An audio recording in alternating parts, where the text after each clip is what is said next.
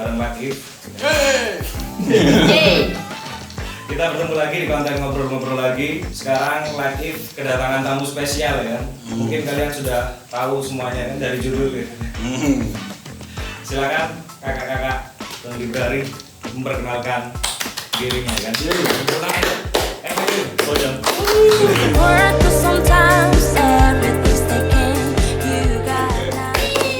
Mungkin bisa memperkenalkan diri dari kanan dulu ya, nggak apa-apa. Saya Jovan Yustira Sebagai gitaris, sebagai komposer dan musik director. yang tengah mbaknya. Saya Della Dewini sebagai vokalis sama apa ya? Prame deh kayaknya di sini.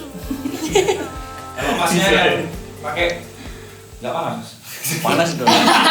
Silakan perkenalkan. Siapa sekali juga bass player, juga komposer, juga musik director juga. Oh iya, kalau kalian belum tahu Tone Library ini udah ada dari 2014. Yes, 2014. Udah lama nih, makanya itu. Tapi ya kayak sing banyak penasaran kan, Ya. gimana perjalanan Tone Library sampai jadi Tone Library Project, benar? Yes, Yes. betul. Mungkin bisa diceritain singkat perjalanan Tone Library dari 2014 sampai sekarang yang jadi Tone Library Project. Kalau Tone Library dari 2014 itu awal mulanya kita pernah satu band di namanya Resonansi Ruang waktu itu. Iya.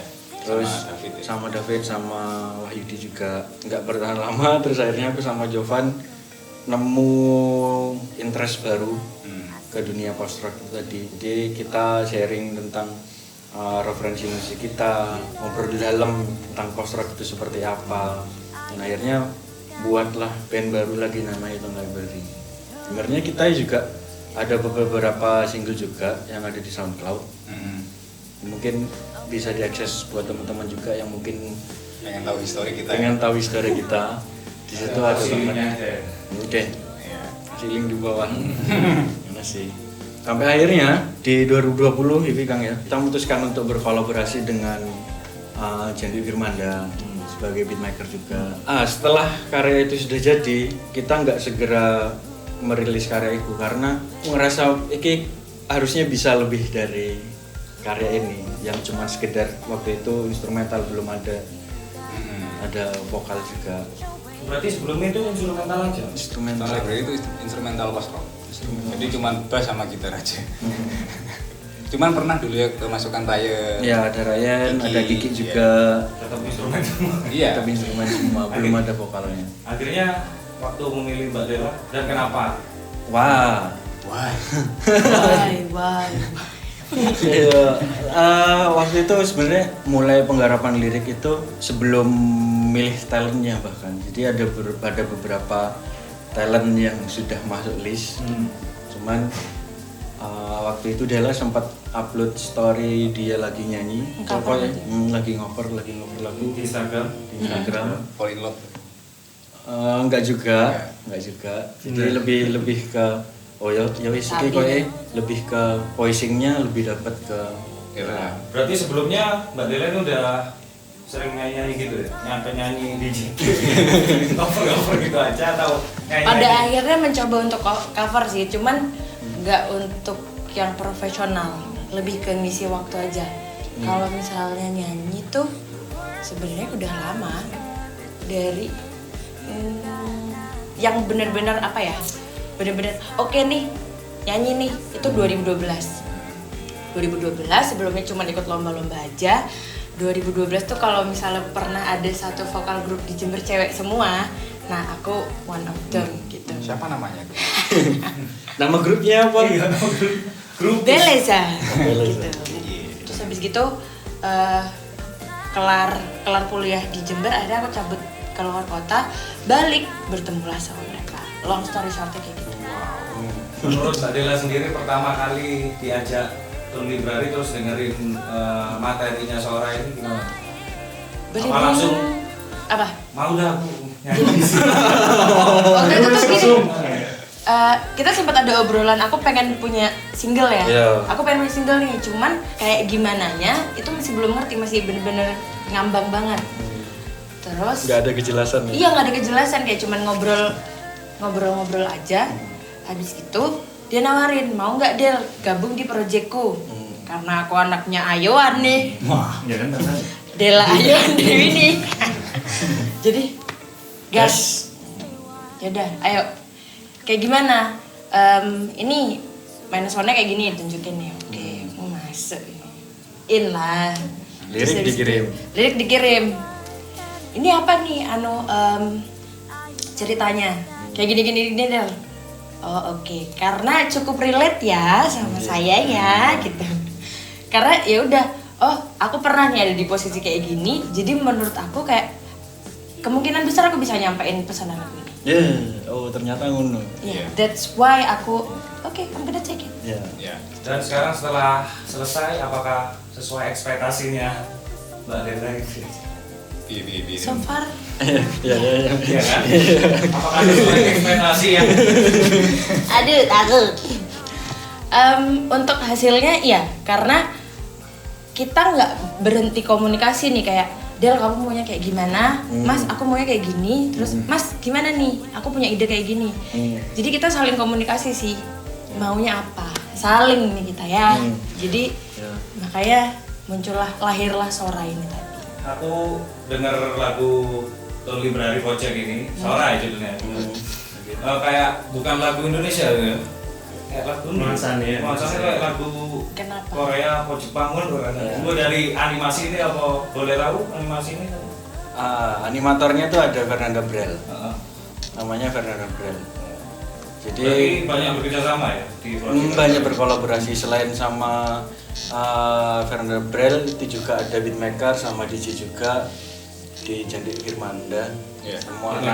Semua anak hip hop juga sudah pasti tahu dan kenal siapa beliau. Tapi benar ya terinspirasi dari musik-musik Jepang gitu. Iya. Banyak terinspirasi sama musik-musik Jepang, terus anime. Yang nyiptain Musik Jovan. musik Jovan. Lirik Lirik di saya. Terus untuk yang melengkapinya ya siapa? Dela. Oh saya ya. Iya. Oh ya kalau aku lihat kan Sora ini apa ya? Kalau aku search di Google, kalau aku translate lah Sora kan artinya langit bener kan? Ya. Yep. Kalau boleh tahu apa sih arti sebenarnya Sora ini sendiri dari Mas Mungkin dari yang bikin singkatannya. lirik ya? Sora itu ya benar artinya langit. Nah, langitnya ini punya maksud seperti ini. Jadi ketika saya bikin lagu ini nih sebenarnya lebih ke flashback refleksi ketika umur saya 17 tahun dan saya harus kehilangan almarhum bapak saya. Jadi lebih tepatnya bagaimana saya melihat ketika masa remaja itu harus menghadapi kehilangan yang sebegitu besarnya dan berdampak fatal di kehidupan saya selanjutnya. Nah, begitu mulai menulis itu yang ingin saya sampaikan adalah ketika saya dikasih kesempatan untuk berbicara dengan diri saya di umur 17 tahun, saya akan memotivasi dia supaya tidak menjadi pemuda tersesat. Seperti saya. Iya, seperti saya. Terus liriknya ditulis kapan? Udah lama lah.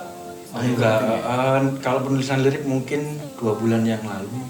Proses pengerjaan 2 bulan. Cepat kan ya? Terhitung cepat sih. Cuman kalau misal untuk interpretasi lagunya itu sendiri, sebenarnya banyak juga yang nanya, ini maksudnya apa sih Sora nih? Ceritanya apa? Biasanya kan orang kalau males ya mau translate ke Indonesia, dia langsung tanya aja. Kalau sekarang tuh, kalau misal aku ngerepresentasikan ke kehidupan anak muda zaman sekarang, itu kan banyak yang quarter life crisis atau mungkin dia ada beberapa kecemasan. Cuman kalau misal untuk umur-umur kita nih ya, umur-umur kita Kamu nih, apa kita? aku deh.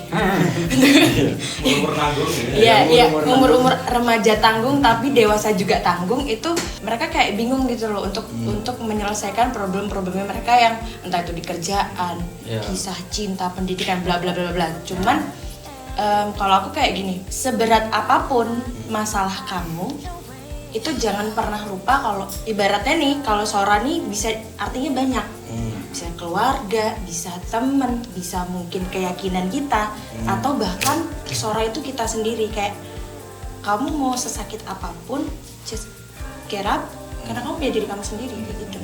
Whatever it is yang kamu lewatin, yuk bisa yuk gitu. Sebenarnya kan kan ada penjelasan iya, tambahan lagi. Silakan. sebagai arranger pertama yang saya punya ide awalnya di tahun lalu. Saya tuangkan ke yoga seperti ini dan latar belakangnya itu nggak jauh-jauh dari ranah-ranah spiritual sebenarnya, yang mana itu merupakan sebuah obat atau penetral dari segala macam yang permasalahan yang sudah diungkapkan sama Della tadi untuk apa ya, semacam problem solve itu loh. Sebenarnya banyak terjadi di luar sana orang yang mengalami hal tersebut mendatangi contoh kayak psikiater atau psikolog semacamnya, cuman hasilnya bisa iya bisa enggak gitu. Ya. Nah, kalau menurut sudut pandang saya di lagu ini, jadi saya menuangkan spiritualitas untuk membantu hal-hal tersebut, membantu orang-orang tersebut untuk mengatasi kesulitan-kesulitan itu. Seperti itu. Ini diuploadnya di NFT ya, bener? Nah, bener. Sebelum masuk ke NFT kemarin kan aku udah bukan dulu apa namanya, beli asetnya itu kan, beli asetnya. Wow, Terima kasih. nice, Terus terima kasih. Di deskripsinya kan kalau seorang ini katanya untuk menanggulangi orang-orang itu tadi ya, bener ya? Iya. Ya, Ya post Sebenarnya bukan traumatic untuk lah ya. dealing with post traumatic Iya. tragic atau bener ya? Iya. Bener Iya. ya? Lebih membantu sih. Kalau menanggulangi terlalu Terlalu berat deh. Kayak menanggulangi semacam bencana. bukan. Semacam mendukung aja sih kayak ya share. kamu nggak sendirian Ya. gitu. Lebih ke bentuk dukungan Ya, benar. terhadap teman-teman yang sedang mengalami post traumatic syndrome itu tadi. Kenapa kok suara ini di-upload juga di NFT? Dan kenapa kok nggak di media-media atau platform musik? Ya. Pada Yang pada Seperti umumnya. yang teman-teman kita Biasanya. ya. Mungkin bisa dijelasin kenapa kok NFT ya kan? Soalnya kan aku sendiri awam mas tentang NFT. Ya sebenarnya kan ini wujud kecintaan kami terhadap karya kita. Yang mana anak-anak indie itu kendalanya adalah copyright. Yang mana kita upload di medsos, kita upload di platform yang seperti itulah ya. Yang mana itu kalau kita nggak mengcopyrightkan karya kita, itu rawan dicuri itu. Nah, sedangkan teknologi dari NFT ini itu benar-benar melindungi karya dari penciptanya. Gitu. Jadi ini auto copyright kalau kita minting di situ. Minting itu mencetak. Jadi kita mencetak karya kita sebagai token atau disebut dengan tokenisasi. Jadi ininya bisa ada yang ngurus atau melabeli sendiri gitu ya? Ya ini dia yang saya suka di NFT karena kita kan basically indie, independent musisi atau artis independen, yang mana kita bergerak secara merdeka kan. Yeah. Nah, NFT ini merupakan wadah yang sangat mendukung kemerdekaan itu, gitu. Jadi kita bebas mau jual, di download pun tidak masalah, itu file asli di download bisa, cuman yang download nggak bisa ngapa-ngapain, karena sudah aman, Yeah. tersertifikasi. Gitu. Terus kalau aku punya karya seperti Tool Library kan, kalau mau merilis di NFT, gimana caranya? Terus Oh ya. NFT itu websitenya apa? Iya. Gimana sih itu?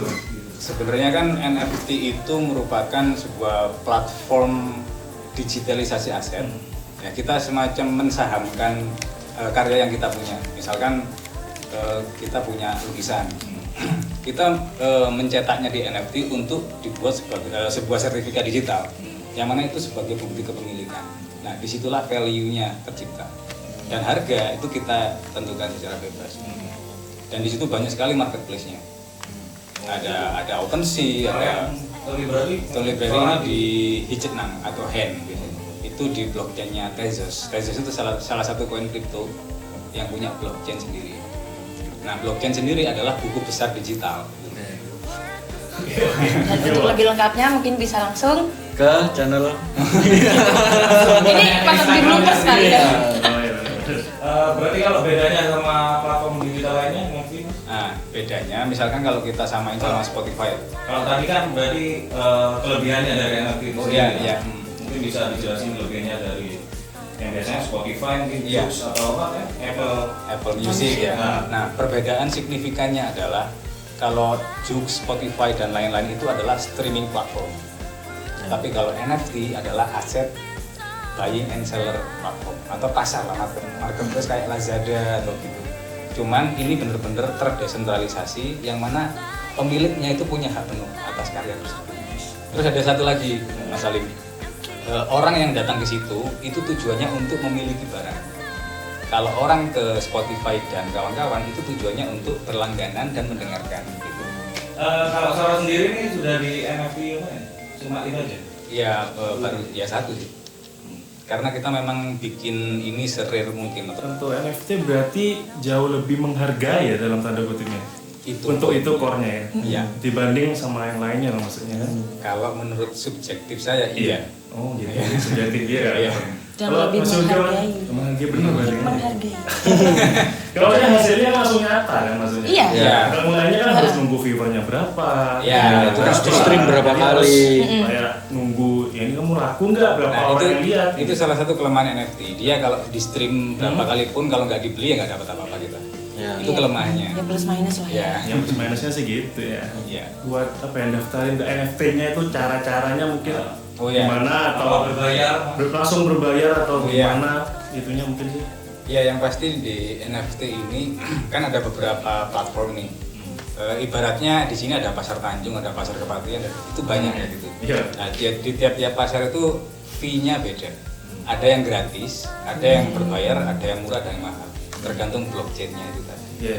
dan kalau aku dengar-dengar kemarin kan Sora ini kan ada latar belakangnya itu tadi kan untuk Menemani lah. Menemani teman-temannya. Mensupport. orang-orang yang gitu kan. Apa kalau aku bikin sesuatu kalau aku rilis harus ada latar belakangnya itu juga atau asal-asalan aja bebas gitu. Bebas. Itu bebas. Cuman alangkah lebih baiknya kita punya nilai utility atau nilai kegunaan dari barang tersebut. Nah, salah satu nilai utility dari Sora ini adalah yaitu tadi Ya. Mensupport Untuk, teman-teman ya, support. agar tidak terpuruk terlalu lama. Ya. Kayak gitu. Karena sayang juga kan kita nih udah ngeluangin tenaga, waktu, materi, ternyata karyanya kita nggak ada value-nya sama sekali. Iya. Ngapain? Hmm. Wasting time. Terus kita sangat-sangat berterima kasih juga ya buat Sandy sebenarnya ya. banget. Nggak bisa hadir juga saat ini.